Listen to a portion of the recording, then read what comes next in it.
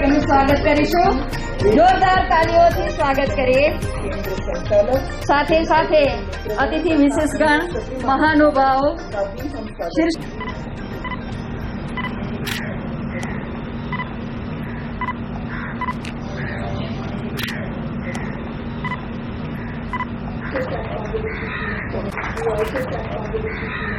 सर्वे अत्र सुखिनः सन्तु, सर्वे सन्तु निरामया, सर्वे भद्राणि पश्यन्तु, मा कश्चित् दुःखं भाग भवेत्.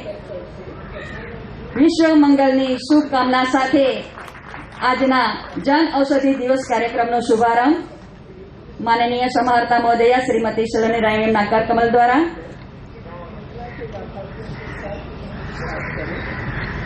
સાથે આદરણીય ડોક્ટર દાસ સાહેબ,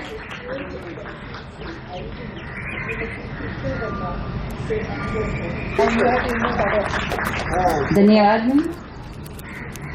જન ઔષધિ પરિયોજના અંતર્ગત આજના આ દીવ પ્રશાસન તેમજ દીવ પ્રજાજન વતી અત્યંત સાથે સાથે હાર્દિક સ્વાગત આપ સર્વે સન્માનિત ગણમાન્ય વિભૂતિઓનું સ્વાગત છે. અત્રે ઉપસ્થિત શાસનિક અધિકારીઓનું, સર્વે આમંત્રિત મહેમાનોનું, દેવીઓ, સજ્જનો, મીડિયાકર્મી બંધુઓનું આપ સૌનું પુનઃ સ્વાગત કરું છું.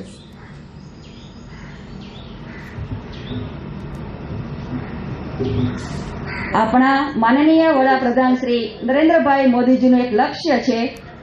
દાદરાનગર હવેલીના લોકોના જીવનમાં આમૂલ પરિવર્તન આવ્યું છે. માનનીય પ્રશાસક મહોદયશ્રીના સક્ષમ નેતૃત્વમાં વિકાસની દિશામાં આપણે સૌ અગ્રસર થઈ રહ્યા છે. કેન્દ્ર સરકારની અનેક મહત્વાકાંક્ષી યોજના માનનીય પ્રશાસક મહોદયશ્રીના અથાગ પ્રયાસોથી સંઘ પ્રદેશોના સ્વાસ્થ્યપૂર્ણ જીવન અને સુખાકારી માટે પ્રધાનમંત્રી ભારતીય જન ઔષધિ પરિયોજનાની સુવિધા દિનની વિકાસ ગાથામાં એક નવો અધ્યાય ઉમેરી રહી છે.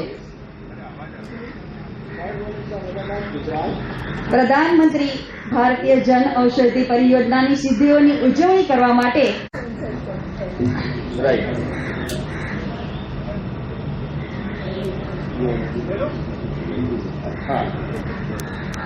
અને જેનેરિક દવાઓનો ઉપયોગ અંગે લોકોમાં જાગૃતિ 1 માર્ચથી 7 માર્ચ વચ્ચે જન ઔષધિ સપ્તાહનું આયોજન કરવામાં આવેલું છે.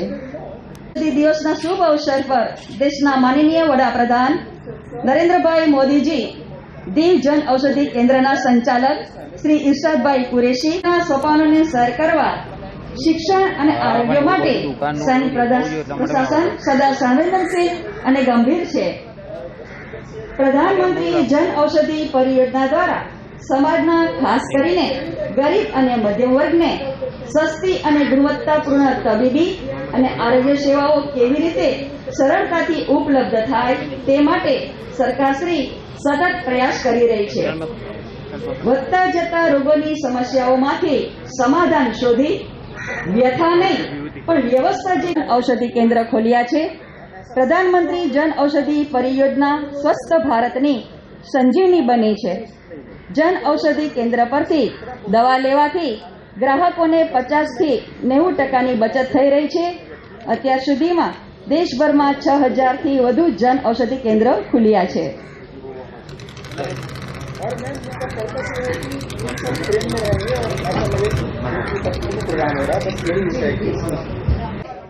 इन केंद्रों में सरकार द्वारा खरीदी गई जेनेरिक दवाओं बेची जा रही है, जिनके मूल्य खुले बाजार में ब्रांडेड दवाइयां 154 अन्य उपभोज्य बेचे जा रहे हैं. वर्तमान में इन केंद्रों पर 14 माननीय सम्मानित मेहमानों, आपका जन औषधि मित्रों,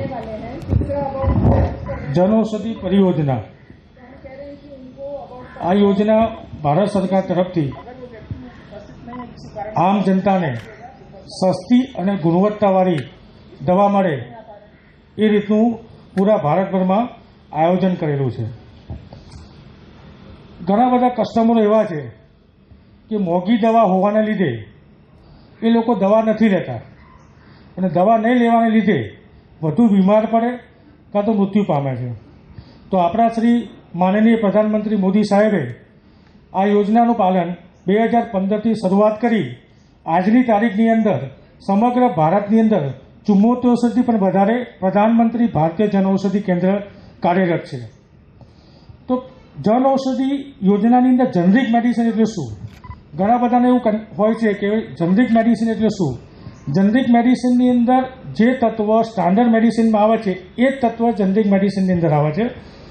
આ મેડિસિનની અંદર, આ દવાની અંદર જનઔષધિ પરિયોજનાની જે દવા આવે છે એનું જે ટેસ્ટિંગ છે NABL અને WHO દ્વારા કરવામાં આવે છે. એનું સ્ટાન્ડર્ડાઇઝેશન થઈને જ માર્કેટની અંદર આવે છે. એટલે ઘણા બધા કસ્ટમરોને એવું હોય છે કે સસ્તી એટલે ખરાબ દવા હશે, એની ક્વોલિટી બરોબર નહીં હોય, એવી ઘણી બધી શંકાઓ પેદા થતી હશે. પણ પ્રધાનમંત્રી જનઔષધિ પરિયોજનાની અંદર જે પણ મેડિસિન આવે છે એનું ટેસ્ટિંગ થઈને જ માર્કેટમાં લોન્ચ થાય છે. એની જે ગુણવત્તા છે, જે તમે બહારની જે દવા લો છો એ પ્રમાણેની જ હોય છે, એના કરતાં પણ સારી હોય છે, કારણ કે અંદર લોગો આવે છે. તો જેમ કે તમને એક ઉદાહરણ આપું કે તમે તાવ આવ્યો, સામાન્ય આપણને તાવ ને શરદી થયું હોય તો આપણે સામાન્ય મેડિકલ સ્ટોરમાં જઈએ કે ભાઈ મને તાવ શરદી આવી છે, તો તમે ત્યાંથી તમને ક્રોસિન આપે, કાં તો મેટાસિન આપે, કાલપોલ નામની વસ્તુ આપે, તો એ બ્રાન્ડ નેમ થયું. પણ એ જ વસ્તુ તમે જનઔષધિ કેન્દ્રમાં આવશો તો એની અંદર જે તત્વ રહેલું હોય, જે મેઇન કન્ટેન્ટ, જેમ કે તમે ચા પીવાની હોય તો ચા માટે કયું મેઇન તત્વ જોવે? ચા જોવે, ખાંડ જોવે, પાણી અને દૂધ જોવે, બરાબર? આને વગર તમારી ચા બને જ નહીં. આ વસ્તુ હોય તો જ ચા બને. તો એવી જ વસ્તુઓ દવાની અંદર હોય છે કે તમને ડાયાબિટીસ થયો હોય, કે બ્લડ પ્રેશર થયું હોય, કે તમને હાઇપરટેન્શન થયું હોય, કાં તો ચામડીનો રોગ થયો હોય, કે કોઈ પણ પ્રકારનો રોગ થયો હોય. તમે બજારમાં કેટલી 50 પ્રકારની દવાઓ મળતી હોય, પણ એની અંદર જે વસ્તુના ઈલાજ માટે કામ થતી હોય એ જ મેઇન કન્ટેન્ટ, એને જ કહેવાય જનરિક નામ. એટલે આમાં કોઈ પણ પ્રકારની તમારે શંકા કે કુશંકા રાખવાની જરૂર નથી. જનરિક એટલે સ્ટાન્ડર્ડ જે દવા મળતી હોય એ જ વસ્તુ હોય છે. જનઔષધિ યોજનામાં આટલી સસ્તી દવા કેમ મળે છે? ઘણા બધાને એવું ક્વેશ્ચન થતું હોય કે સાહેબ આટલી બધી કેમ સસ્તી દવા મળે છે? તો જનઔષધિ યોજનાની અંદર ભારત સરકાર તરફથી જે દવા પ્રોક્યુરમેન્ટ થાય છે એમાં કોઈ પણ પ્રકારનો માર્કેટિંગ ખર્ચો થતો નથી. બહારની જે કંપનીઓને જે કેવું હોય કે ડિસ્ટ્રીબ્યુટર આવે, CWH આવે, પછી રિટેલર પાસે આવે, પછી કસ્ટમર પાસે આવે, એટલે આખી ચેન સિસ્ટમ થાય છે. જ્યારે જનઔષધિ પરિયોજનાની અંદર ડાયરેક્ટ દિલ્હીમાં વેરહાઉસથી સીધો સ્ટોર ધારકને માલ મળી જાય તો ત્યાં પણ એક માર્જિન ઘટી જાય. એટલા માટે આ દવા બજાર કરતાં 30-90% સસ્તી અને સારી દવા છે. તમને એક એક્ઝામ્પલ આપું કે ડાયાબિટીસના જે પેશન્ટો હશે અહીંયા આપણે અહીંયા, તો એ લોકો ગ્લુકોમીટરથી ઘરે પણ ગ્લુકોમીટરથી પોતાનું ડાયાબિટીસ ચેકઅપ કરી શકતા હોય છે. તો બજારમાં જે ગ્લુકોમીટર મળતું હોય છે એની કિંમત 700થી 800 રૂપિયા હોય છે. અને જે સ્ટ્રીપ આવે છે એ સ્ટ્રીપ બહુ જ મોંઘી આવે છે, 25 રૂપિયાની એક સ્ટ્રીપ આવે. જ્યારે પ્રધાનમંત્રી જનઔષધિ પરિયોજનાની અંદર એ જ ગ્લુકોમીટર ફક્ત 525 રૂપિયાનું. બીજી એની અંદર શું છે કે લાઈફ ટાઈમ એ મીટરની વોરંટી. તમારે ગમે ત્યારે મીટર બગડી જાય તો તમે જિંદગી સુધીમાં ગમે ત્યારે તમે બદલાઈ શકો છો. 4 જ દિવસમાં એ ગ્લુકોમીટર તમારા ઘરે બદલીને આવી શકે છે. પ્લસ એની જે સ્ટ્રીપની જે કિંમત છે ફક્ત 9 રૂપિયા છે. તો આટલું સસ્તું અને સારું. બીજી વસ્તુ રૂપિયામાં આવે છે. પછી તમારે જે પોષણ માટેનો જે પાવડર આવતો, જેમ કે આપણે બોર્નવિટા ઘરે બાળકોને તમે આપતા હશો, ઘણા બધા બાળકોને ત્યાં આપણે બોર્નવિટા, હોર્લિક્સ એ પ્રકારનું તમે મિલ્કશેક ને એવું બધું આપતા હશો ઘરે, તો એ બોર્નવિટાની કિંમત કરતાં પણ સસ્તું આપણા જનઔષધિની અંદર પોષણ નામની વસ્તુ આવે છે. એમાં પણ પાછા 2 ફ્લેવર છે, એક ચોકલેટ ફ્લેવર આવે છે અને એક સાદો ફ્લેવર આવે છે. તો એ ફક્ત 160 રૂપિયાની અંદર બોર્નવિટાનો 200 ગ્રામનો ડબ્બો આવે. વિચારો તમે, બોર્નવિટા જેવું જ આવે, સેમ વસ્તુ. એવી જ રીતે ઘણા બધાને કેવું હોય કે એકદમ પતલા હોય, કાં તો પોષણ ના મળતું હોય, કાં તો ડૉક્ટરે કીધું હોય કે તમારે પ્રોટીન પાવડરની જરૂર છે, તમારા પ્રોટીન ઓછું છે. તો બજારમાં પ્રોટીન પાવડર જે મળે છે એ 700થી 800 રૂપિયાનું મળે છે અને ઘણા સસ્તા પણ મળતા હોય છે. પણ એની અંદર જોવું પડે કે એમાં પ્રોટીનની માત્રા કેટલી છે, 35% છે કે 20% છે કે 30% છે. હાઈએસ્ટ પ્રોટીન આપણી બોડીમાં 35% જેવું, એટલા પ્રોટીનવાળું તમારે પાવડર લેવું પડે તો જ એ તમારા બોડીમાં અસર કરે. તો એ જ વસ્તુની પ્રોટીન પાવડર આપણા જનઔષધિ કેન્દ્રની અંદર, તમે કોઈ પણ જનઔષધિ કેન્દ્રમાં જશો, ભારતભરના કોઈ પણ કેન્દ્રમાં, એ ડબ્બા 200 રૂપિયામાં જ તમને મળશે. એમાં 35% પ્રોટીન આવે છે. તો આવી ઘણી બધી મેડિસિન, ઘણી બધી જે ન્યુટ્રિશન પ્રોડક્ટ છે. અત્યારે જે કોરોનાની અંદર, કોરોના જ્યારે આપણે લોકડાઉન લાગ્યું તો અમારા ઘણા બધા જનઔષધિ મિત્રોએ ઘણી સેવાનું કામ કર્યું છે. જેમ કે દમણની અંદર તમને વાત કરું કે એક જનઔષધિ ધારે કે એની પાસે લિસ્ટ હતું કે એના જે ડાયાબિટીસના, બ્લડ પ્રેશરના, જે બી વરિષ્ઠ નાગરિકોનું આખું લિસ્ટ હતું એની પાસે. તો એ સ્ટોર ધારક એટલે અમારા જનઔષધિ મિત્ર અમે એને કહીએ છીએ. એ જનઔષધિ મિત્રએ દરેકને લોકડાઉન વગર ફોન કર્યા કે સાહેબ તમારી દવાનો મહિનો પૂરો થઈ ગયો છે, તમે ચિંતા નહીં કરો, અમે તમારા ઘરે આવીને આપી જઈશું. તો એવા એને 130 કસ્ટમરોને કોરોનાની અંદર, કર્ફ્યુની અંદર, લોકડાઉનની અંદર દવા ઘરે પહોંચતી કરી. ત્યારે એ ગ્રાહકોએ શું કીધું ખબર છે? ધન્યવાદ મોદી સાહેબ, તમારા મોદી મેડિકલના લીધે અમારે આજે દવા ઘરે બેઠા મળી ગઈ. તો ભારત સરકારનું જબરજસ્ત અભિયાન ચાલે છે જનઔષધિ પરિયોજનાને લઈને. અને કોરોના વાયરસના લીધે જે કર્ફ્યુ લાગ્યો, જે આપણે લોકડાઉન થયું, તો ઘણા બધા પેશન્ટોને આપણે ઘરે દવા પહોંચતી કરી છે. અને ઘણા બધા પેશન્ટોને જે એફોર્ડ નહોતા કરતા, જેમનો જે પગાર બંધ થઈ ગયો હોય, કોઈ કારીગર મજૂરી કરતા હોય, કારણ કે એ વખત પગાર ના મળ્યો હોય, પૈસા ના હોય, એવા વખતે પણ જનઔષધિ કેન્દ્રવાળાએ એમને મફત દવાની સેવા પૂરી પાડેલ છે. દીવની અંદર પણ ઇરશાદભાઈ છેલ્લા 3 મહિનાથી સ્ટોર ચાલુ કર્યો છે.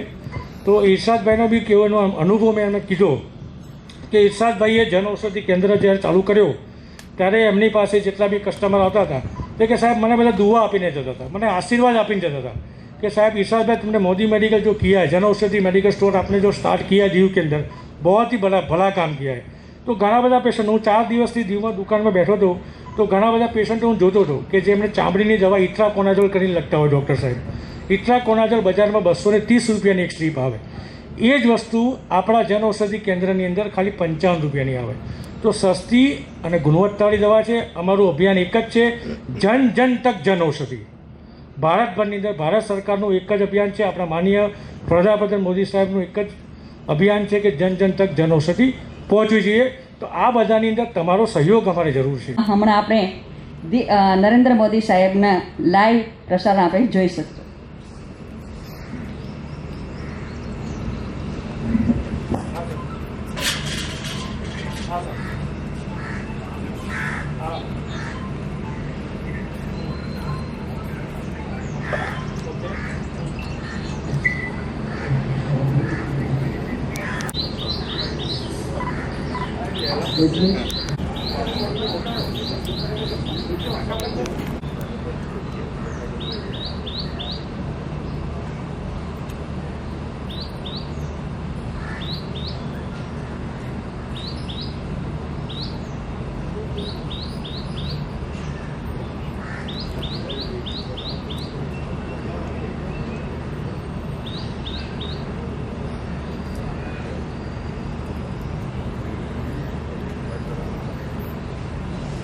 वर्ष 2021 के जन औषधि केंद्रीय मंत्रीगण, राज्य के मुख्यमंत्री श्री, जनप्रतिनिधि, देश भर से जुड़े लाभार्थी, जन औषधि केंद्र संचालक, जन औषधि मित्रगण तथा अन्य सभी महानुभावों और मेहमानों का भी हम स्वागत करते हैं. अब माननीय मंत्री श्री रसायन एवं उर्वरक मंत्रालय श्री DV सदानंद गौड़ा जी से अनुरोध है अपने ओपनिंग रिमार्क्स के साथ कार्यक्रम का शुभारंभ करें. Honorable Prime Minister Sir, other central and state ministers, MPs, legislators and other dignitaries who are participating in this mega event, Namaskar. The Ministry of Chemical and Fertilizers is highly indebted for your gracious presence to today's this mega event, sir. Sir, under your leadership, government is bringing silent revolution in the health sector since 2014. There has been perceptive improvement in accessibility of common men, including poor people, to affordable health care.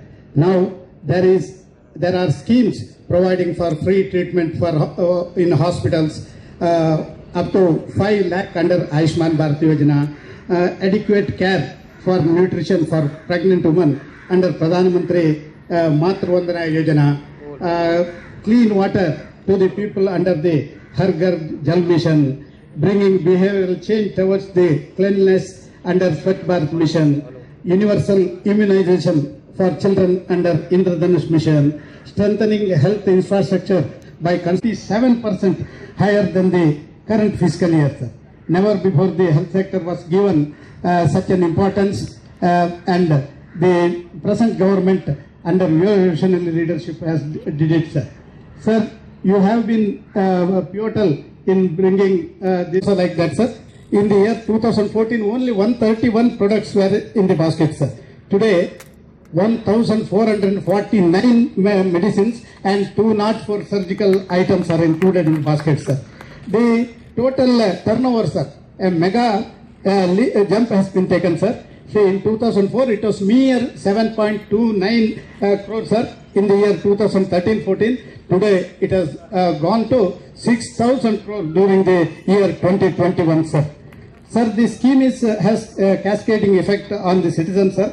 Approximately 1 to 1.25 crore people are taking 2021 is 60% when it is compared to the earlier years, sir. Sir, I am sure the scheme under your able leadership and vision will grow further and enable us to serve the citizens with greater motivation. We look forward your continued blessings, sir. With these words, sir, I welcome you to this mega event, sir. I welcome all the participants across the country, sir. Thank you, sir. Thank you, Minister, sir. Sir, the development progress of the Northeast region is a priority for this government.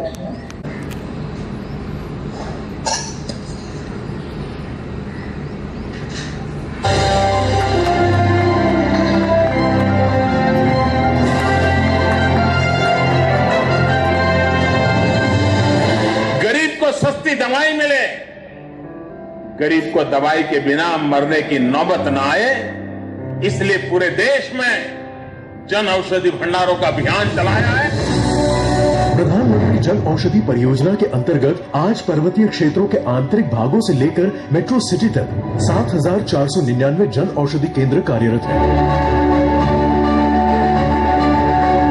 इन केंद्रों पर 1,400 से अधिक दवाइयां एवं सुविधा pad और syringe जैसे 204 प्रकार के सर्जिकल उपकरण बाजार की तुलना में 50 से 90% कम दाम में मिल रहे हैं एवं प्रत्येक दिन तकरीबन 10 लाख मरीजों को सस्ती दवाइयां प्रदान करके पिछले 6 वर्षों में जरूरतमंद लोगों के 9,000 करोड़ रुपए की बचत हो पाई है। कम दाम पर मिल रही दवाइयां गुणवत्ता में काफी आगे है, क्योंकि यह दवाइयां सिर्फ WHO GMP सर्टिफाइड दवा निर्माताओं से ही खरीदी जाती है और साथ ही NABL लैब से जांच करने के बाद ही इसे भारतीय जन औषधि केंद्र पर पहुंचाया जाता है। जन औषधि केंद्र के संचालकों को 5 लाख रुपए तक की सहायता और महिला उद्यमी, दिव्यांग, अनुसूचित जाति व जनजाति, उत्तर पूर्वीय राज्य व पर्वतीय क्षेत्रों के आवेदकों को अतिरिक्त 2 लाख रुपए तक की वित्तीय सहायता के साथ वर्ष 2014 से अब तक केंद्रों की संख्या भी बढ़ी है और दवाइयों की बिक्री में भी उल्लेखनीय प्रगति मिली है। इसी उपलक्ष्य में माननीय प्रधानमंत्री जी तीसरे जन औषधि दिवस के अवसर पर 7,500वां जन औषधि केंद्र शिलांग और देश के नागरिकों को समर्पित कर रहे हैं। प्रधानमंत्री जन औषधि केंद्र मरीजों के सच्चे मित्र बनकर उभर रहे हैं। सस्ती दवाइयां हर एक नागरिक को निरोगी बनाएगी और 7,500 प्रधानमंत्री भारतीय जन औषधि केंद्र बनाएंगे स्वस्थ भारत, आत्मनिर्भर भारत। सत्य केंद्र सर, देश के अलग अलग स्थल पर से प्रधानमंत्री भारतीय जन औषधि परियोजना के लाभार्थी केंद्र संचालक अपने अनुभवों को साझा करने के लिए उत्सुक हैं। माननीय प्रधानमंत्री जी से अनुरोध है कि वह योजना के लाभार्थियों के साथ सीधी बात करने का अनुमति दें।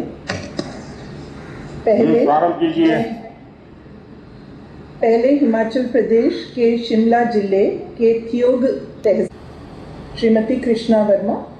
कृष्णा जी नमस्ते। नमस्ते जी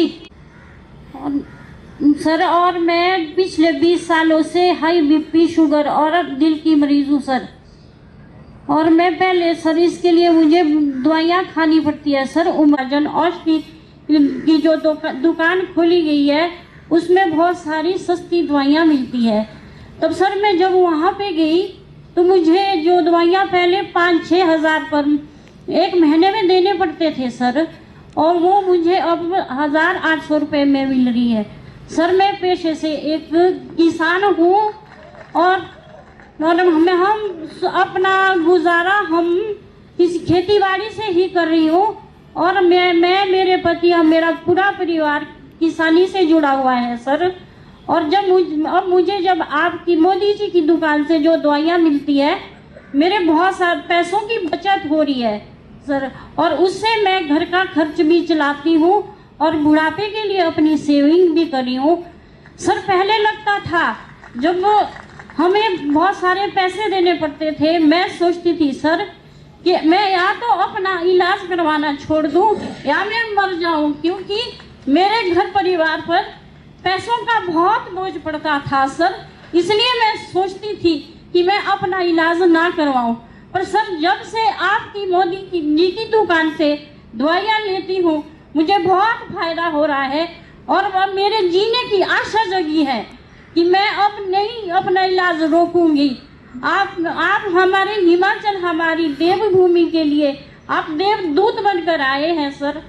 और मैं अपने आसपास की महिलाओं को, गरीब महिलाओं को, अपने रिश्तेदारों को भी बोलती हूँ कि आप जाइए मोदी जी की दुकान से, जनौषधि से दवाइयाँ लीजिए और आप अच्छे से अच्छी वहाँ पे दवाइयाँ मिलती है और आप वहाँ से दवाइयाँ लीजिए और अपना पैसा भी बचाइए सर। आपने हम गरीब मरीजों, महिलाओं, किसान, बागवानों को जो आपने किया है उसके लिए मैं उन सब की तरफ से आपका बहुत बहुत धन्यवाद करती हूँ सर।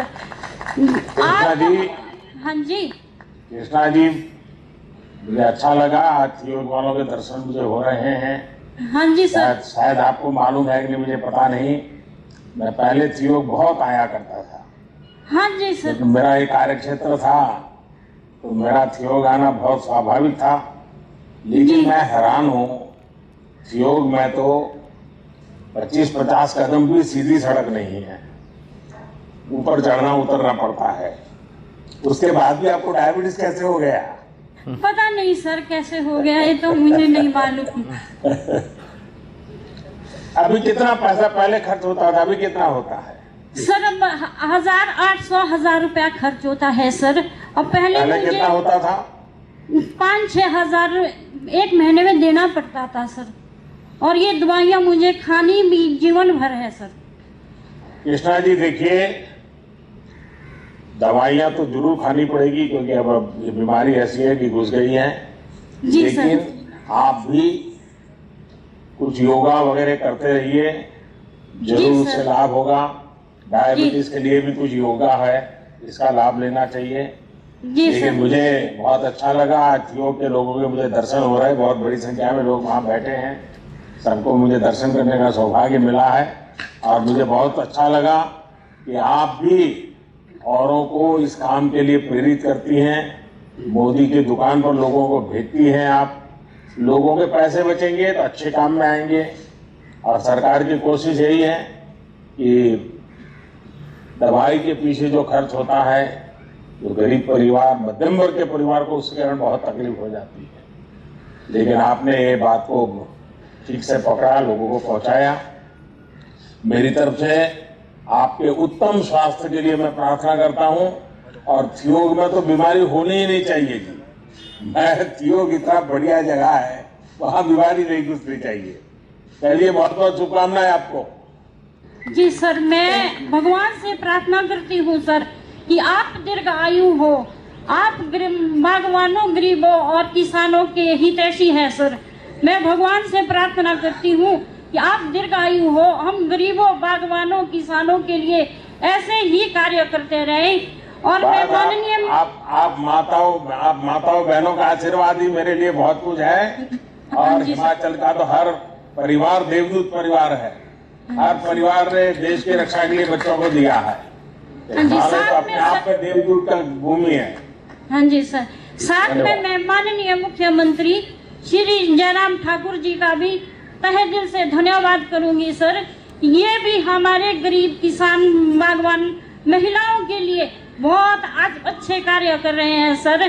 बाकी यहाँ बैठे जो और भी गणमान्य व्यक्ति है, मैं उनका भी तहे दिल से शुक्रिया अदा करती हूँ। बहुत बहुत धन्यवाद सर। हाँ, धन्यवाद Krishna ji. Sir thank you. अभी हम मध्य प्रदेश में भोपाल में सर श्रीमती रुबीना जी और उनके बेटे मोहम्मद जैयद साहब जो लाभार्थी हैं इस योजना के उनसे रुबीना जी नमस्ते। नमस्ते जी मोदी जी। मोहम्मद क्या पढ़ते हो? जी सर कुछ नहीं करते मोदी जी। मोहम्मद पढ़ते हैं क्या? जी नमाज पढ़ते हैं जी। हाँ नमस्ते। नमस्ते जी मोदी जी। मैं भोपाल से बोल रही हूँ। मेरा कहना ये, मैं रुबीना जी बोल रही हूँ भोपाल से। मेरे जी, पति बस पे कंडक्टरी करते हैं, जिसकी तनख्वाह 5,000 रुपये महीना है। और मेरे बेटे को दिमाग की बीमारी, इसकी वजह से झटके आते हैं और उसका थोड़ा सा दिमाग माइंड डिस्टर्ब भी है। और जो 5,000 रुपये महीने की दवाइयाँ मैं इसको खिलाती हूँ, मैं अपना घर से खर्चा पूरा नहीं कर पाती हूँ, बहुत परेशान हूँ मैं।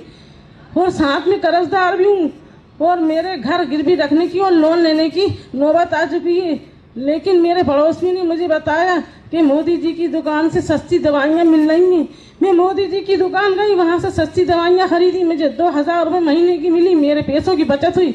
मुझे बहुत खुशी हुई कि मोदी जी ने हम गरीबों के लिए सहायता करी और आगे भी सहायता करें। मेरा कहना यह है कि हम सभी महिलाओं के लिए मोदी जी की सहायता से जुड़े रहें, ताकि मोदी जी हमारे आगे सहायता करें।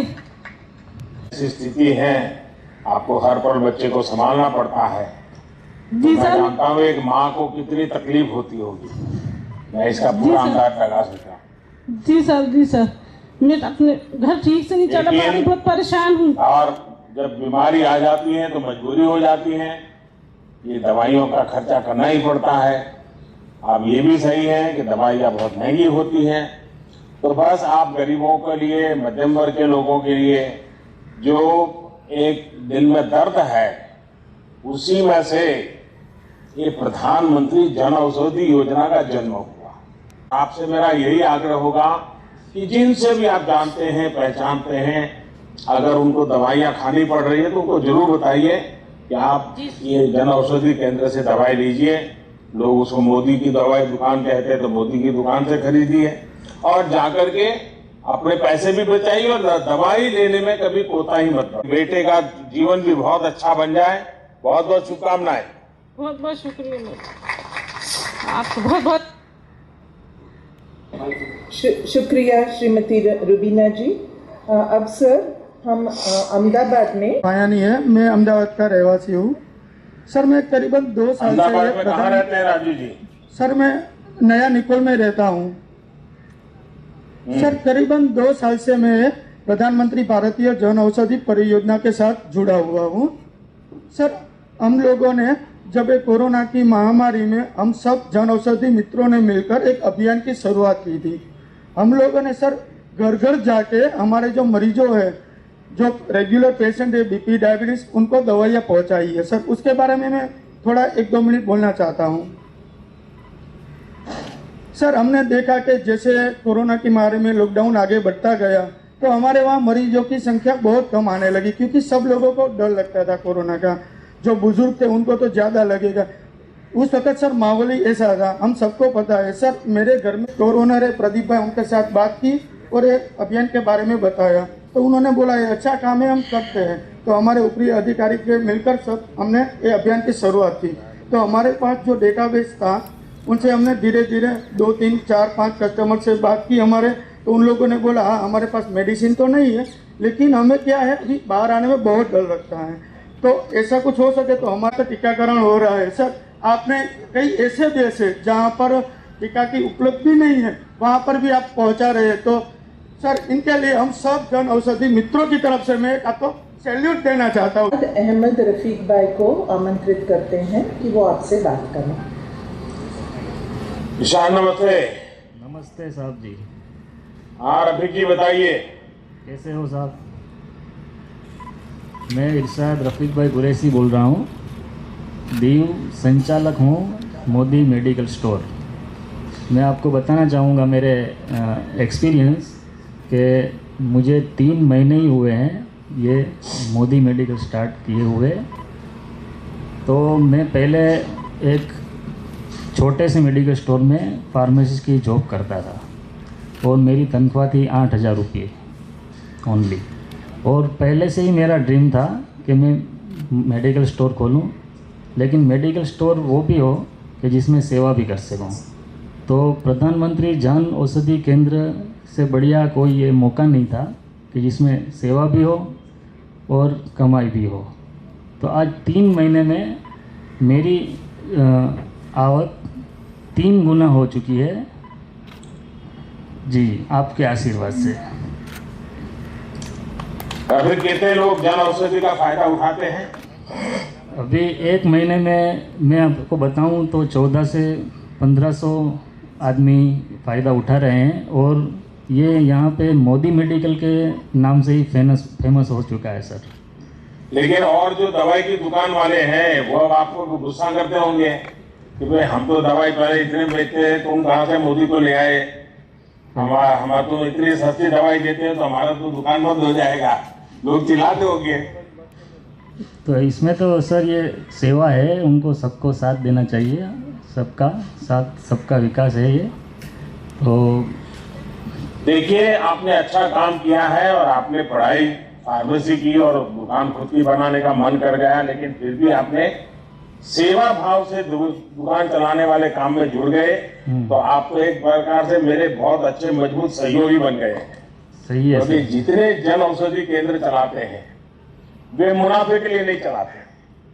आज 750 करीब 7500 जन औषधि केंद्र में जो लोग बैठे हैं वो एक प्रकार से समाज सेवा के मेरे सबसे बड़े साथी बन गए।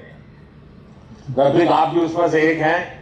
मेरा यही आग्रह रहेगा कि लोगों को ये बार बार बताते रहिए, जिनको इसका फायदा हो रहा है उनको कभी कभी महीने में 1 बार इकट्ठा कर लीजिए और किसी को बुलाइए ताकि उनके स्वास्थ्य के लिए अच्छी अच्छी बातें बताएं, क्या खाना क्या ना खाना, कितना समय सोना कितना समय नहीं सोना। तो एक बहुत बड़ा दीव में तो क्रांति आ जाएगी। और दीव तो ऐसा है कि जो किसी भी चीज में क्रांति कर सकता है। Yes sir, yes sir. जैसे आप लोगों ने सोलर एनर्जी में किया, इतना बड़ा अद्भुत काम किया। Yes sir. दुनिया में लोग कहते हैं नेट न्यूट्रल की बात, आपने दीव वालों ने तो जितनी बिजली चाहिए उससे ज्यादा सोलर की पैदा कर दी है। तो दीव वाले तो कमाल कर सकते हैं। तो मैं रफी चाहूंगा कि बहुत लोगों को आप इससे जोड़िए, लोगों के पैसे बचेंगे, अच्छे काम के लिए लगेंगे और बहुत लाभ होगा। बहुत बहुत धन्यवाद आपको।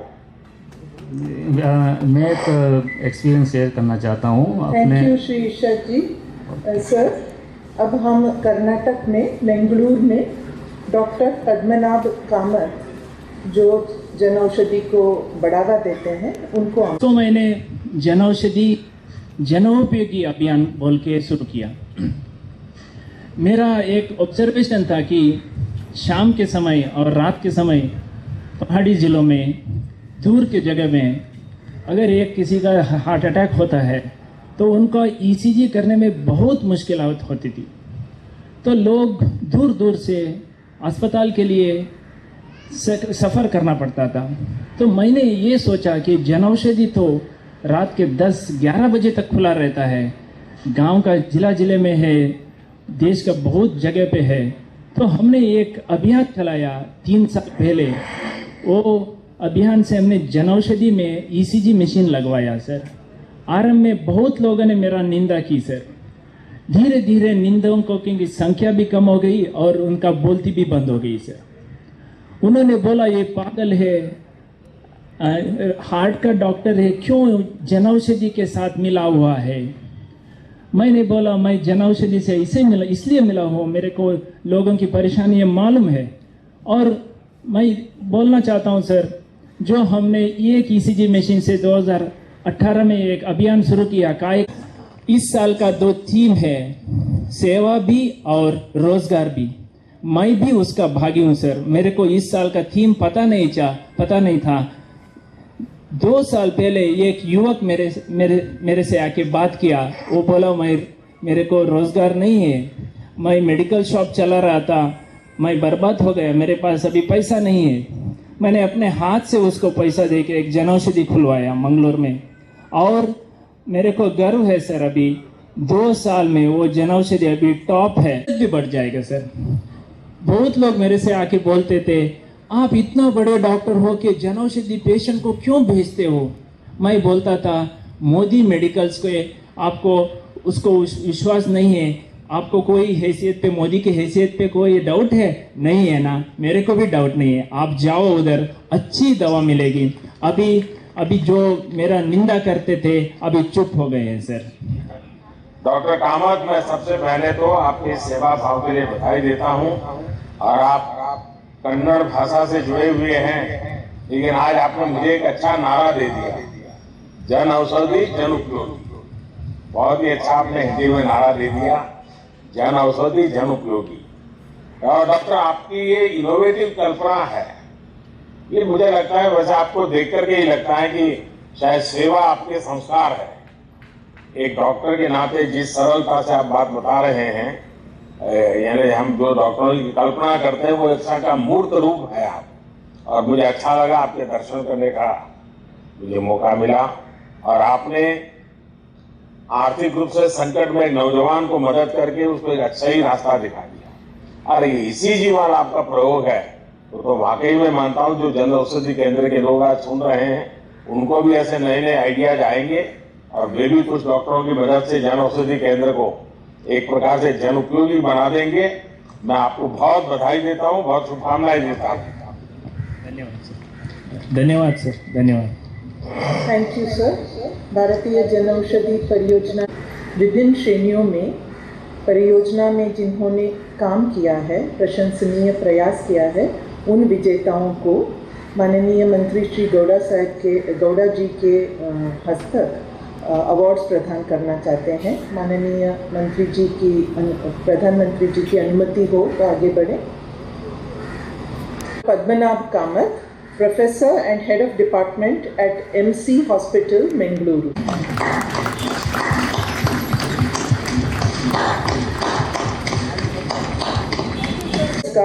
जन औषधि सारथी उन स्थानिक वितरक डिस्ट्रीब्यूटर्स के लिए स्थापित किया गया है जिन्होंने अपने क्षेत्र में जन औषधि केंद्रों पे सबसे ज्यादा जन औषधि दवाइयाँ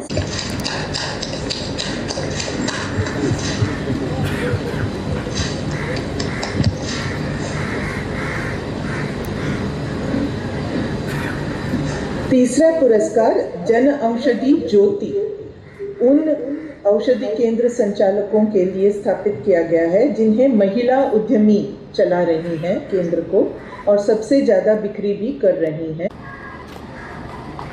वो शिष्य आ गए हैं।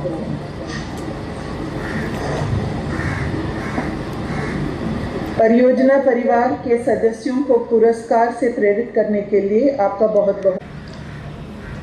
इस कार्यक्रम में मेरे साथ जुड़े केंद्रीय मंत्रिमंडल के मेरे साथी श्री DV सदानंद गौड़ा जी, श्री मनसुख मांडविया जी, श्री अनुराग ठाकुर जी, हिमाचल प्रदेश के मुख्यमंत्री श्री जयराम ठाकुर जी, मेघालय के मुख्यमंत्री श्री कोनार्ड के सांगमा जी, डिप्टी CM श्री प्रेस्टोन तिनसोंग जी, गुजरात के डिप्टी CM भाई नितिन पटेल जी, देश भर से जुड़े जन औषधि केंद्र संचालक, लाभार्थी महोदय, चिकित्सक और मेरे भाई और बहनों, जन औषधि चिकित्सक, जन औषधि ज्योति और जन औषधि सारथी, ये 3 प्रकार के महत्वपूर्ण चलाने वाले और इसके कुछ लाभार्थियों से आज मुझे बातचीत करने का अवसर मिला। और जो चर्चा हुई है उसमें स्पष्ट है कि ये योजना गरीब और विशेष करके मध्यम वर्गीय परिवारों की बहुत बड़ी साथी बन रही है। ये योजना सेवा और रोजगार दोनों का माध्यम बन रही है। जन औषधि केंद्रों में सस्ती दवाई के साथ साथ युवाओं को आय के साधन भी मिल रहे हैं। विशेष रूप से हमारी बहनों को उस पर एक सकारात्मक असर पड़ता है। अब तक 11 करोड़ से ज्यादा सैनिटरी नैपकिन्स इन केंद्रों पर बिक चुके हैं। इसी तरह जन औषधि जननी इस अभियान के तहत गर्भवती महिलाओं के लिए जरूरी पोषण और सप्लीमेंट्स भी अब जन औषधि केंद्रों पर उपलब्ध कराए जा रहे हैं। इतना ही नहीं, 1000 से ज्यादा जन औषधि केंद्र तो ऐसे हैं जिन्हें महिलाएं ही चला रही है। यानी जन औषधि योजना बेटियों की आत्मनिर्भरता को भी बल दे रही है। भाई और बहनों, इस योजना से पहाड़ी क्षेत्रों में, नॉर्थ ईस्ट में, जनजातीय क्षेत्रों में रहने वाले देशवासियों तक सस्ती दवा देने में भी मदद मिल रही है। आज भी जब 7,500वें केंद्र का 75वें केंद्र का लोकार्पण किया गया है तो वो शिलांग में हुआ है।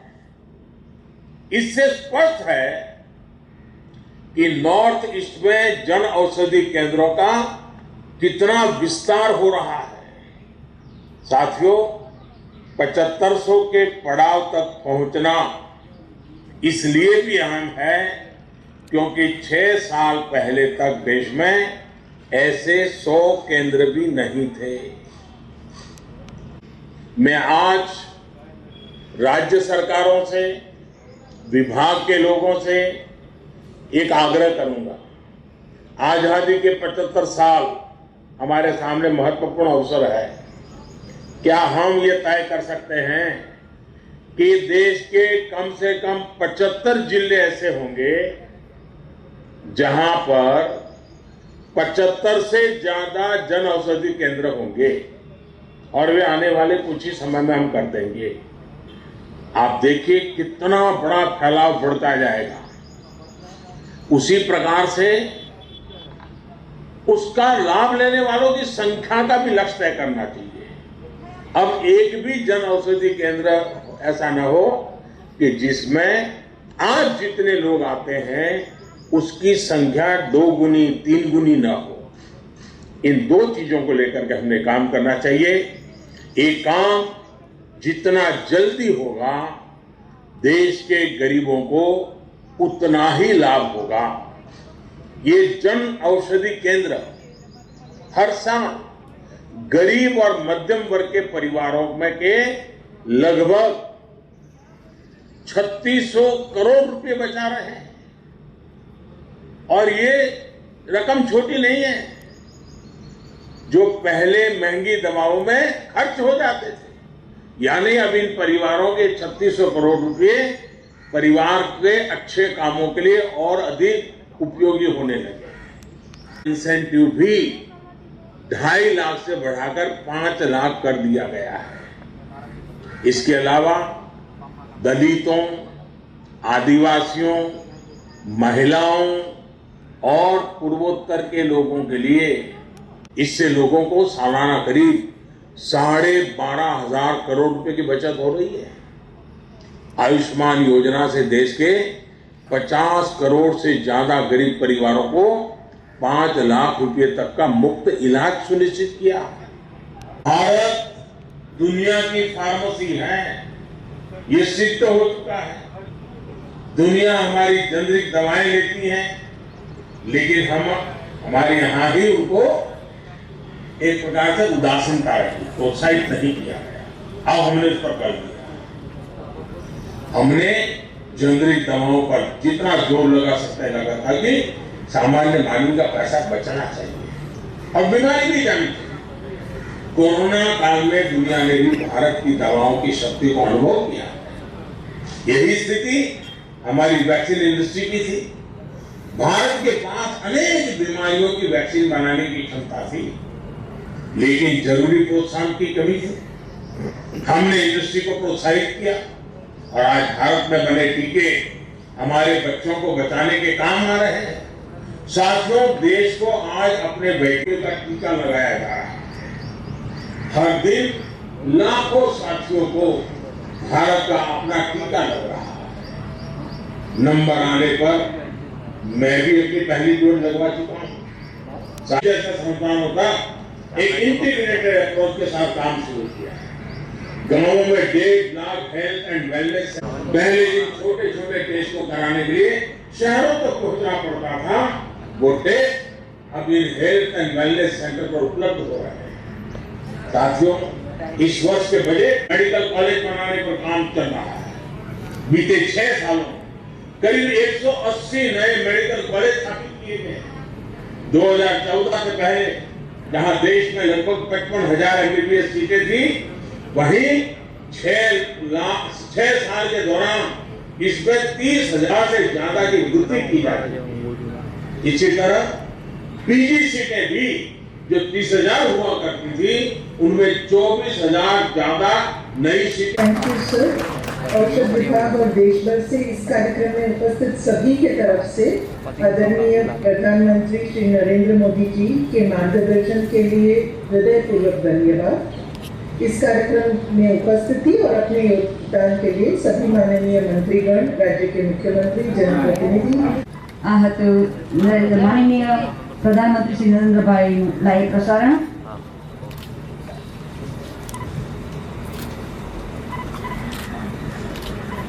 આ પ્રસંગે માનનીય પ્રશાસક મહોદય શ્રી ઉપસ્થિત રહી અમને જે પ્રેરણા આપી તે બદલ પ્રશાસન વતી અને દીવ પ્રજાજન વતી ખૂબ ખૂબ આભાર।